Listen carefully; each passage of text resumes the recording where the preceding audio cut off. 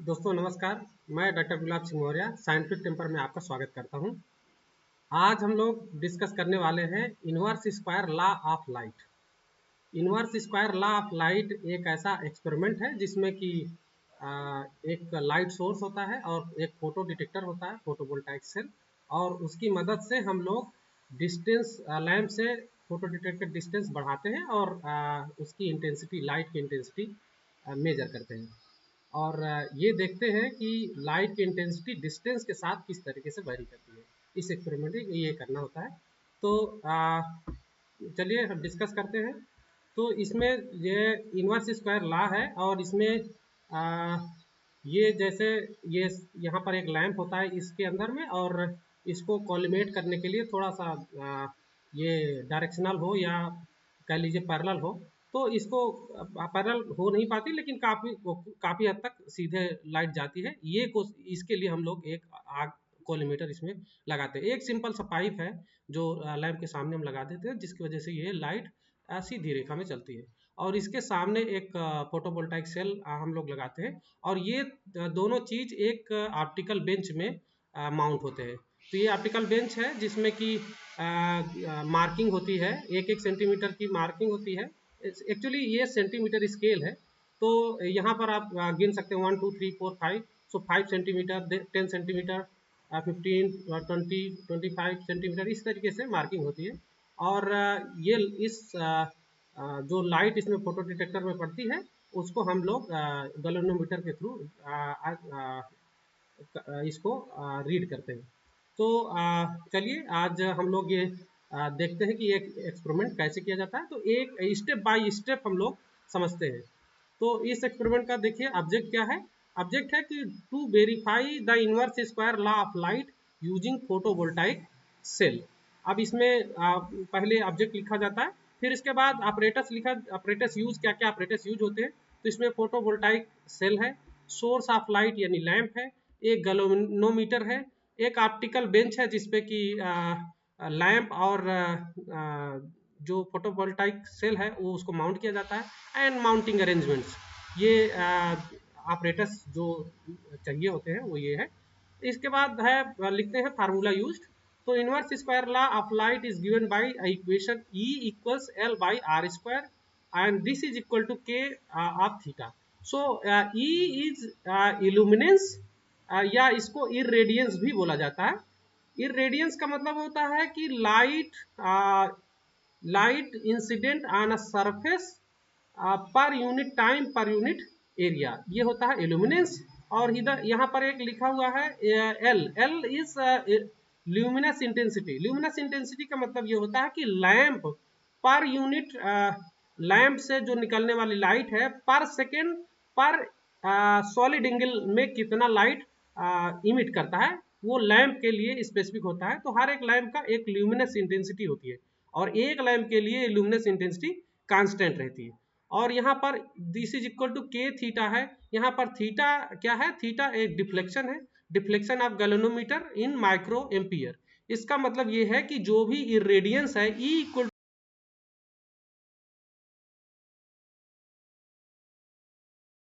उसको हम इन terms of electrical energy पढ़ेंगे। तो गैल्वेनोमीटर में हम इसको, इस एनर्जी को डिफ्लेक्शन के टर्म में पढ़ेंगे। So deflection is directly proportional to the irradiance या इल्यूमिनेंस, और K is a factor proportionality constant. तो कहने का मतलब ये है कि जैसे जैसे ये वेरी करेगा E, वैसे वैसे थीटा वेरी करेगा। तो हम इल्यूमिनेंस को या इरेडियंस को हम थीटा के टर्म में पढ़ सकते हैं। तो यहाँ पर इस एक्सपेरिमेंट हम लोग डिफ्लेक्शन रीड करेंगे और डिस्टेंस के साथ। तो इसको एक्सपेरिमेंट रिकॉर्ड करने के लिए हम लोग क्या करते हैं, तो यहाँ पर ये लैंप है, इसको जीरो पर फिक्स कर देते हैं ऑप्टिकल बेंच के। ये ऑप्टिकल बेंच है, इसको जीरो पर हमको लैंप को सेट कर देते हैं, और इसके बाद ये इस फोटोवोल्टाइक सेल को इस बेंच पे मूव कराते हैं। तो हम देखते हैं कि यहाँ पर इसका जो डिफ्लेक्शन होता है इसमें गैल्वेनोमीटर में, यहाँ पर हम लोग उसको रीड करते हैं। गैल्वेनोमीटर के रीडिंग के बारे में थोड़ा समझ लेते हैं। गैल्वेनोमीटर में यहाँ एक लिखा हुआ है 20 माइक्रो एम्पियर पर डिवीजन। इसका मतलब ये है कि इसमें छोटे छोटे डिवीजन जैसे 0 है, 1 2 3 4 5 10 है, 11 12 अप टू 20 अप टू 30। सो 0 से लेकर के 30 तक इधर डिफ्लेक्शंस मिल सकते हैं और हर एक डिवीजन इसका 20 माइक्रो एम्पियर के बराबर होगा, क्योंकि इसमें लिखा हुआ है 20 माइक्रो एम्पियर पर डिवीजन। और एक डिवीजन जितना डिफ्लेक्शन रीड करता है उसी को हम लोग बोलते हैं उस इंस्ट्रूमेंट का लीस्ट काउंट, या इसको कह लीजिए मिनिमम मेजरमेंट, या इसको कह लीजिए लीस्ट काउंट। सो इस गैल्वेनोमीटर का जो लीस्ट काउंट होगा वो उसको वो होगा 20 माइक्रो एम्पियर, क्योंकि मिनिमम मेजरमेंट इस गैल्वेनोमीटर से जो हम कर पा रहे हैं वो 20 माइक्रो एम्पियर होगा। और यहाँ पर हम लोग जो डिफ्लेक्शन पढ़ रहे हैं इक्विवेलेंट टू द इरेडियंस है।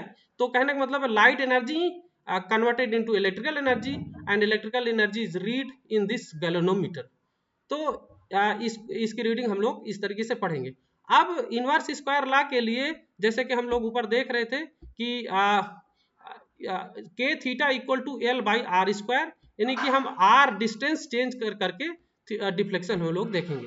तो यहाँ पर इसको रीडिंग कैसे लेना है ये भी मैं बता दूं। तो जैसे कि हम यहाँ पर सपोज कि हम 20 सेंटीमीटर पे इस पे ये फोटोवोल्टाइक सेल को सेट कर रखा है, लैंप यहाँ से जल रहा है और डिफ्लेक्शन सपोज यहाँ पर 25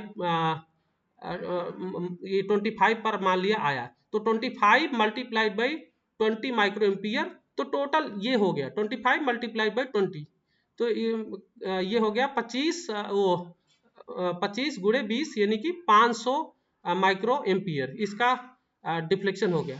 और जैसे ही हम इसको आगे बढ़ाएंगे तो ये डिफ्लेक्शन आएगा। पर यह है कि सपोज ये 25 पे है तो इसका रीडिंग कैसे लेंगे, रीडिंग कब लेंगे, वो इंपॉर्टेंट चीज है कि ये जो इसका निडिल है उस निडिल की एक छाया या उसका जो है मिरर इमेज इस मिरर में बनता है। तो इसी जो स्केल है, स्केल के नीचे एक ये पतला सा स्ट्रिप है जिसमें मिरर लगा हुआ है। तो इसकी जो मिरर है, मिरर में इस नीडल की जो इमेज है और ऊपर से देखने पर नीडल, वो दोनों एक दूसरे को ओवरलैप कर रही हो उस समय रीडिंग लेना है। अदरवाइज क्या होगा कि तिरछे होकर के हम लोग रीडिंग लेंगे तो पता चलेगा कि मार्किंग 25 पे है और हम पढ़ रहे हैं 24, या इधर राइट साइड से अगर देखेंगे तो पता चले 25 पे मार्किंग है और हम पढ़ रहे हैं 26। तो ये गलती ना हो इसके लिए हम लोग को क्या करना होता है कि निडिल का जो इमेज है इस मिरर पे, मिरर स्ट्रिप पर, उस मिरर में निडिल की इमेज और निडिल एक दूसरे को ओवरलैप कर रहे हो तब हम लोग रीडिंग लेते हैं। और ये एक सेलेनियम फोटो सेल है या फोटोवोल्टाइक सेल है। इसमें ये फोटोवोल्टाइक सेल ये छोटा सा आपको दिख रहा है, बाकी और सब जो कनेक्शन के लिए सारे अरेंजमेंट बनाए गए। यहाँ पर ये जो रेड वाली तार है इसको यहाँ गैल्वेनोमीटर के इस पोल यहाँ पर से जोड़ते हैं और ये ब्लैक वाली ये जो है यहाँ से कनेक्टेड है। और जो भी लाइट यहाँ पड़ेगी उसकी वजह से light energy is converted into electrical energy and electrical energy is read by this galvanometer. तो चलिए हम लोग इसमें से रीडिंग कैसे ली जाती है उसके लिए हम ऑब्जर्वेशन टेबल पे पहुंचते हैं। तो ये है ऑब्जर्वेशन टेबल, इसमें ऊपर लिखना है ऑब्जर्वेशन टेबल, ये इसके बाद लिखना है आपको list count of the galvanometer. तो जैसा हम लोग देख रहे थे कि इसका जो लिस्ट काउंट है सबसे छोटा जो मेजरमेंट है एक डिवीजन उसका 20 माइक्रो एम्पियर होगा, इसीलिए इसका लिस्ट काउंट हम लोग लिखते हैं, list count of the galvanometer is 20 micro ampere. अब इसमें टेबल ऐसे बनाते हैं, ये कॉलम बनाते हैं सीरियल नंबर, दूसरा पोजीशन ऑफ लैंप, हम लोगों ने लैंप को 0 पर सेट कर रखा है तो इसलिए इसको हमेशा 0 इसकी रीडिंग होगी। और पोजीशन ऑफ फोटो सेल या फोटोवोल्टाइक सेल, तो हम लोगों ने 21, 22, 23, 24, 25, 26, 27, 28, 29, 31, 33, 35, 37, 40 और 45 और 50 इस अलग अलग डिस्टेंस पे हमने रीडिंग ली है। तो रीडिंग अब यहाँ पर ये क्या है, आर क्या है, बी माइनस ए। सपोज कि लैंप की डिस्टेंस कुछ और होती या लैंप को हम किसी और पोजीशन पे 0 की जगह 1 पे या 2 पे होते तो दिस माइनस दिस क्या हो जाता है, distance between the lamp and the photo cell.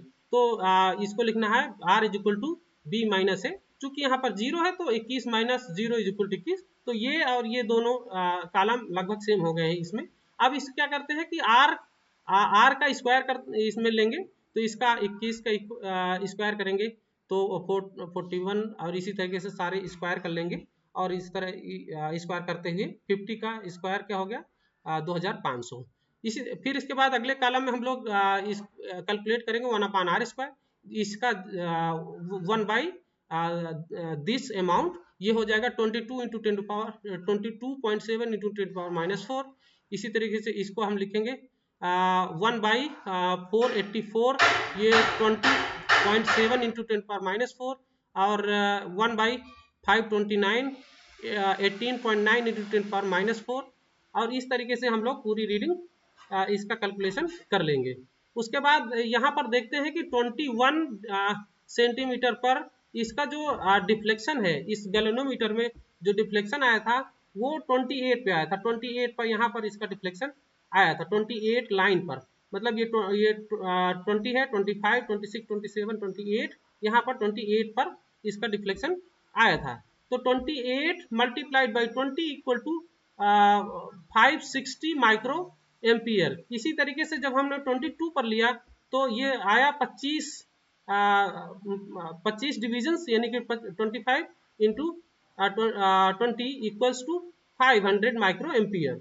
और इसी तरीके से 23 पर 22, 24 पर 20, और 25 सेंटीमीटर पर 18, 26 पर 16, और 27 पर 14, और 29 पर 11, 31 पर 10, और उसके बाद जो है एक सेंटीमीटर बढ़ाने पर इसमें डिफ्लेक्शन में कोई अंतर नहीं आ रहा था, तो इसलिए हमने डिस्टेंस थोड़ा और बढ़ा दिया। तो 31 के बाद 33 कर दिया, और इसके बाद 8, फिर 6, 5, 4, 3 एंड 2 डिवीजन तक डिफ्लेक्शन आए। तो अब इसको हम लोगों ने डिफ्लेक्शन को थीटा, ये थीटा या डिफ्लेक्शन ये है, तो इसको हम लोगों ने मेजर कर लिया, और इस तरीके से पूरा टेबल हमारा तैयार हो गया। अब इसके बाद अगला स्टेप है इसका ग्राफ खींचना। ग्राफ खींचने से मतलब ये है कि ये जो है, जो एनर्जी है या energy per unit time per unit surface area है, ये इरेडियंस या E illuminance, it should be inversely proportional to R²। तो इसके लिए हम लोग क्या करेंगे कि यहाँ पर जो इस टेबल में 1/r² है, ये जो 1/r² है इसको x एक्सिस में खींचेंगे, और इसमें जो है जो डिफ्लेक्शन थीटा है उसको हम लोग y एक्सिस में खींचेंगे। तो इसके लिए हम लोग इसको पहले से अलग से एक ये हम यहाँ पर ग्राफ में दिखाने के लिए हम अलग से इसको इसकी रीडिंग लिख रहे हैं। तो 1/r² की रीडिंग ये है।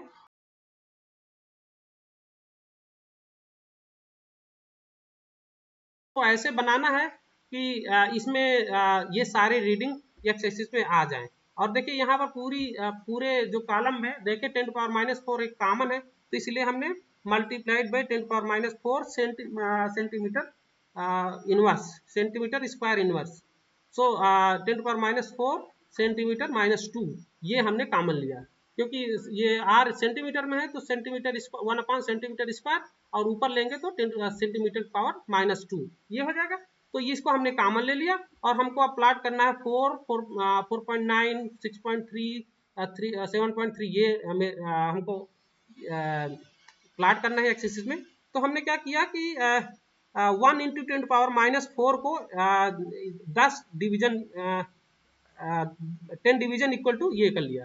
तो एक्स एक्सिस में हमने 10 division equal to 10⁻⁴ centimetre fix किया, और हमको इसमें इस हिसाब से इसको सेट करना होता है ये वैल्यू कि ये पूरे ग्राफ में आ जाए। सपोज ये 23 तक अगर ये हमारे पास ये इतने डिवीजन नहीं होते तो हमारे पास कितने टोटल डिवीजन है 1, 2, 3, 4, 5 अप टू 23 हमारे पास है। तो इसलिए हमने 1 इंटू 10⁻⁴ इसमें मेजरमेंट किया है। पर अगर इससे कम होता तो क्या करते हम लोग, हाफ पे करते। तो जैसे हाफ मतलब इस 10 डिवीजन की जगह 5 डिवीजन पर 1 करते, और 10 डिवीजन पर 2 करते, ऐसे करते। तो फिर एक्स एक्सिस पे 5 डिवीजन इक्वल टू 10⁻⁴, ऐसे हम लोगों को लेना पड़ता। तो मतलब कहने का मतलब ये है कि हम लोगों को सेट करना पड़ता है कि ग्राफ में हम कैसे मार्किंग करें जिससे कि पूरे ग्राफ में ये वैल्यूज आ जाएं। इसी तरीके से जब वाई एक्सिस का ग्राफ बनाना होता है तो क्या करना होता है कि यहाँ पर जैसे 40 है और यहाँ 560 है, तो वाई एक्सिस में हमको देखना है कि कितने हमारे पास डिवीजन है और हम कैसे इसको वो कर सकते हैं, पूरे ग्राफ में कवर कर सकते हैं। तो हमने लिया 10 division equal to 40 micro ampere, तो इसे 40 है, 80 है, 120 है, 160 है, 200 है, तो इसके सारे मार्किंग ऐसे आ जाएंगे। और ये भी देखना है कि यहाँ से हम 40, 80, 120, 160 ऐसे करते हुए क्या वहां तक पहुंच पा रहे हैं, ये देखना बहुत जरूरी है। अगर यहाँ तक हम तब तो ठीक है, अदरवाइज इसका डिवीजन हमको फिर और छोटा या बड़ा करना पड़ सकता है। सपोज ये डिवीजन 560 की बजाय मैक्सिमम 280 होता, तो इसके लिए क्या करना होता कि जो हम 40 डिवीजन यहाँ 10 division equal to 40 micro ampere लिया है, तो फिर हम दो दो कर लेते, तो यहाँ 40 होता, यहाँ 80 होता, यहाँ पर ऐसे करके, तो पूरा का पूरा जो ये ग्राफ है वो ग्राफ जस्ट डबल हो जाता। तो डिपेंड क्या करता है कि हमारे पास कितने रीडिंग्स हैं और उनको पूरे ग्राफ में कैसे हम स्कैटर करें, इसके हिसाब से हम लोगों को वाई एक्सिस में स्केलिंग लेनी पड़ेगी। तो हमने यहाँ लिया है 10 division equal to 40 micro ampere, तो यहाँ देखिए 10 डिविजन में 40, फिर 80, 120, 160, 200, 240, 280 ऐसे करके हमने मार्किंग करी है। अब क्या करना है कि हमको अपने पॉइंट्स जो है प्लाट करना है। तो इसमें जैसे कि सबसे छोटा मार्किंग यहाँ ये है और सबसे छोटा ये है, तो क्या करना है कि 4 इंटू 10⁻⁴ पर हमको 40 करना है। तो 4 इंटू 10⁻⁴, 10⁻⁴ कॉमन है यहाँ पर, तो 4 इंटू 10⁻⁴ पर कितना होना चाहिए, 40 माइक्रो एम्पियर। तो यहाँ पर क्या करें, 40 पर एक मार्क लगाए। इसमें ध्यान ये देना है कि पेंसिल आपकी शार्प होनी चाहिए और पॉइंट छोटा सा हो जिससे कि ये बहुत बड़ा पॉइंट ना दिखे, पर वो पॉइंट आपका एक्सपेरिमेंटल पॉइंट कहाँ पर है, ये अगर बहुत छोटा सा मार्क लगाया है तो दिखेगा नहीं, इसके लिए ऊपर से एक घेरा मारते हैं, छोटा सा गोला मार देते हैं। तो ये सिर्फ इसके लिए है ताकि पॉइंट हमारा दिखे कि यहाँ पर है। जैसे कि अगर ये गोला नहीं होता तो छोटे छोटे पॉइंट दिखते, तो पता नहीं कि कोई गलती से पॉइंट लग गया है या सच में आपका एक्सपेरिमेंटल पॉइंट है, ये समझ में नहीं आता। तो इसके लिए हम एक ऊपर से गोला मारे हैं, तो ये कंफर्म करने के लिए कि ये हमारा एक्सपेरिमेंटल पॉइंट्स है। तो इस तरीके से ये हो गया पहला। दूसरे में 4.9, इसी तरीके से 4.9 हम यहाँ 4.9 ये आ गया यहाँ पर, और इसका जो रीडिंग है वो 4.9 पर ये है 60। तो यहाँ से देखिए 4.9 के सामने हम ऊपर गए 60 पर, तो यहाँ पर 80 है, बीच में 60 होगा, तो ये देखिए बीच में 60 होगा, तो यहाँ पर हमने मार्क किया है। इसी तरीके से अगले में 6.3, तो इस 6.3 यहाँ देखिए 6.3, इसके 6 के बाद तीसरी लाइन, और तीसरी लाइन में कितना जाना हमको, 80। ऐसे करके करते हुए हमको लास्ट पॉइंट तक जाना है। जैसे कि लास्ट पॉइंट हमारा ये है 22.7 टू 22.7 इंटू 10⁻⁴ पर देखिए 22.7, यहाँ पर देखिए ये है 22.5 और 6 और 7, और इसके ऊपर अगर आप जाएं और कितना हमको जाना है, 560 तक जाना है, 560 तक। तो यहाँ देखिए 560 है और यहाँ पर हमने मार्क किया है। इसी तरीके से सारे जो पॉइंट्स हैं हम इस ग्राफ में मार्क कर लेंगे। फिर उसके बाद हम चूंकि हमको देखना ये है कि जो इरेडियंस है या इल्यूमिनेंस है वो R1/r² के प्रोपोर्शनल है कि नहीं है। तो यहाँ पर 1/r² हमने प्लाट किया है एक्सिस में, वाई एक्सिस में हमने थीटा इन माइक्रो एम्पियर हमने प्लाट किया है। और अगर ये प्रोपोर्शनल है, यानी कि इस इनवर्स स्क्वायर लॉ वेरीफाई अगर कर रहा है हमारा एक्सपेरिमेंट, तो ये 1/r² और थीटा के बीच का जो ग्राफ है वो स्ट्रेट लाइन होना चाहिए, क्योंकि theta is directly proportional to 1/r² means this is an straight line. तो स्ट्रेट लाइन होना चाहिए, अगर है तो ठीक है, अदरवाइज हमारा ये एक्सपेरिमेंट वेरीफाइड नहीं होगा। तो अब सारे पॉइंट्स हमने प्लाट कर रखे हैं, तो आप इसमें क्या करते हैं, एक स्ट्रेट लाइन खींचते हैं। तो जो हमारे एक्सपेरिमेंटल पॉइंट्स हैं वो एक स्ट्रेट लाइन में तो दिख रहे हैं, तो क्या करें कि एक स्ट्रेट लाइन खींचने के लिए क्या करें, स्केल को ऐसे रखते हैं। ये एक रफ मेजरमेंट है लीनियर ग्राफ खींचने के लिए, पर just to verify the inverse square law it is enough. तो क्या करेंगे कि ऐसा एक सीधी लाइन खींचते हैं जिससे कि मैक्सिमम पॉइंट्स इस लाइन पे आए, और कुछ पॉइंट अगर इधर उधर आते हैं तो जितने number of points right side में आए इस लाइन के, उतने ही number of points left side में आए, या अप्रोक्सीमेटली उतने number of experimental points left में आए। तो हमने एक ऐसी लाइन खींची है जिसके राइट लेफ्ट ऊपर साइड में 1 2 और 3 और 4 पॉइंट्स इस साइड में आ रहे हैं, और 1 2 3 और 4 पॉइंट इस साइड आ रहे हैं। बाकी के ये ये ये ये और ये जिस भी एक्सपेरिमेंटल पॉइंट का जो ये छोटा घेरा है वो उस लाइन को टच कर रहा है, उसको उस लाइन में ही माना जाएगा। तो इस तरीके से ये एक स्ट्रेट लाइन आ गया, और ये एक rough experiment rough linear line है जिसको हमने एक्सपीरियंस से ऐसे खींचा है कि वो सारे पॉइंट्स को कवर करते हुए चले। अच्छा, एक और बात कि इस पॉइंट से जितना डिस्टेंस पर ये मतलब लाइन से जितना दूर है, इसका मतलब है इतना एक्सपेरिमेंटल या जो हैंडलिंग एरर है, जो मतलब हमने मैनुअली हमने जो खींचा है उसमें इतना हमने गलती करी है, या हमारे एक्सपेरिमेंट करते समय इतनी गलती आई है। पर ये गलती मिनिमम हो, यही हमारा उद्देश्य होता है। तो जितना ये नज़दीक होगा उसका मतलब होगा कि हमारे एक्सपेरिमेंटल जो रिजल्ट्स हैं वो उतना ज़्यादा एक्यूरेट है, यानी कि लाइन के जितने नज़दीक होंगे उतना वो एक्यूरेसी होगी। और किसी भी एक्सपेरिमेंट में 100% एक्यूरेसी जरूरी नहीं है, क्योंकि 100% एक्यूरेसी नहीं आती है, क्योंकि एक्सपेरिमेंट में कुछ न कुछ एरर जरूर रहते हैं, और ये नेचर कला है, और इसमें हम लोग ये नहीं कह सकते कि कोई 100% सही काम कर सकता है। तो इस तरीके से हमारा ग्राफ मिल गया, जिसमें कि इरेडियंस या illuminance E is inversely proportional to R square. यहाँ पर हमने E को in terms of electrical energy theta हमने पढ़ा है। ये बहुत महत्वपूर्ण चीज है, आप ध्यान दीजिए कि हम पढ़ तो थीटा रहे हैं, लेकिन हम कह रहे हैं कि इल्यूमिनेंस ऑफ लाइट या लाइट इंटेंसिटी, तो लाइट इंटेंसिटी को हम इन टर्म्स ऑफ डिफ्लेक्शन थीटा हम पढ़ रहे हैं। सो अब आते हैं रिजल्ट पार्ट में। तो रिजल्ट में क्या लिखना है आपको कि the graph between 1/r square in centimetre square centimetre -2 and the galvanometer deflection theta in microampere is straight line as the light intensity is directly related with the deflection of galvanometer. Hence the straight line between 1/r square and theta indicates that the light intensity is proportional to 1/r square. Therefore the graph verifies the inverse square law of light. अच्छा, इसके बाद जो है यहाँ कुछ precautions लिखने होते हैं। अब प्रिकॉशन क्या है, जो हम प्रिकॉशन लेते हैं एक्सपेरिमेंट के दौरान उसी को हम लोग लिखते हैं। तो यहाँ है the position of the lamp should not be change during the experiment. पूरे एक्सपेरिमेंट के दौरान कोई लैम्प की पोजीशन चेंज नहीं करनी है। द लाइट ऑफ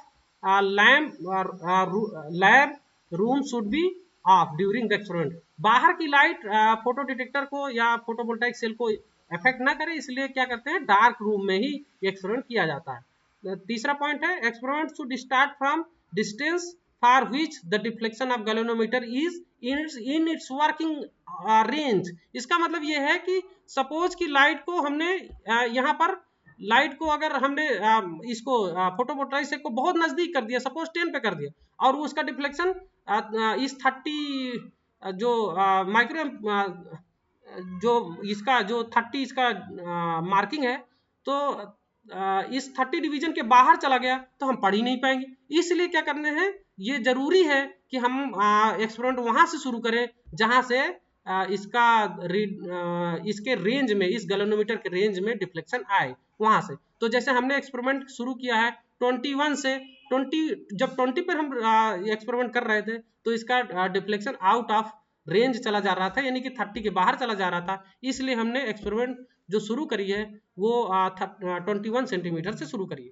तो यहाँ पर एक ये प्रिकॉशन इम्पोर्टेंट है, तो इसलिए हमको ये ध्यान देना चाहिए कि we should start the experiment with the distance which for which the deflection of galvanometer is in its working range while अगला है while taking the reading of the galvanometer the image of the needle or mirror on mirror just below the main scale should overlap with the needle itself। यानी कि हम गलत reading ना लें, इसलिए जो स्केल है उसके नीचे जो नीडल होता है उसके इमेज में देखना जरूरी है, उसके इमेज में देखना जरूरी है। और जब हम ऐसा कर पाएंगे तो हमारी हमसे जो गलती होगी रीडिंग लेते समय वो नहीं होगी। तो इस तरीके से हम लोग inverse square law of experiment को जो है परफॉर्म करते हैं। और एक एक पॉइंट जैसे हमने डिस्कस किया उसमें कैसे लिखना है, कैसे शुरुआत करनी है, कैसे रीडिंग लेनी है, और ग्राफ कैसे बनाना है, और उसका रिजल्ट कैसे लिखना है, और इस एक्सपेरिमेंट का मतलब क्या है, ये सब चीजें आई होप कि समझ में आया होगा। हाँ, एक पॉइंट और होगा कि जो वाइवा पॉइंट ऑफ व्यू से स्टूडेंट के लिए इंपॉर्टेंट हो सकता है, वो ये है कि ये पूछ सकते हैं कि रेडियंस या इल्यूमिनेंस क्या होता है। तो इल्यूमिनेंस क्या होता है कि इंसिडेंट जो लाइट होती है किसी सरफेस पे कितने एरिया पर जो लाइट पड़ती है उसका पावर होता है। तो light energy per unit time per unit surface area जो पड़ता है उसको बोलते हैं इरेडियंस। और यहाँ पर ल्यूमिनस इंटेंसिटी अगर कहें लैंप की तो वो क्या होता है कि लाइट एनर्जी कितना इमिट कर रहा है lamp per unit solid angle. कहने का मतलब कि जैसे लाइट निकल रही है और उसमें से फैल रही है, ठीक है। तो अगर एक सॉलिड एंगल जिस पे देखें तो उसमें से कितनी लाइट निकल रही है वो एक लैंप के लिए फिक्स होती है, तो उसको बोलते हैं luminous intensity of the lamp. तो एल इज फिक्स हियर। तो आई होप कि ये एक्सपेरिमेंट आपको समझ में आया होगा, और स्टेप बाय स्टेप इस वीडियो में आप देखें और अपना एक्सपेरिमेंट परफॉर्म करें। और अगर कोई इस एक्सपेरिमेंट से रिलेटेड कोई बात है या कोई सवाल है तो आप कमेंट बॉक्स में लिख सकते हैं। तो ये अगर वीडियो आपको समझ में आए, आपको लगे कि ये किसी और के लिए हेल्पफुल हो सकता है तो उसको आप शेयर करें, और चैनल को अगर सब्सक्राइब नहीं किया है तो सब्सक्राइब करें। धन्यवाद।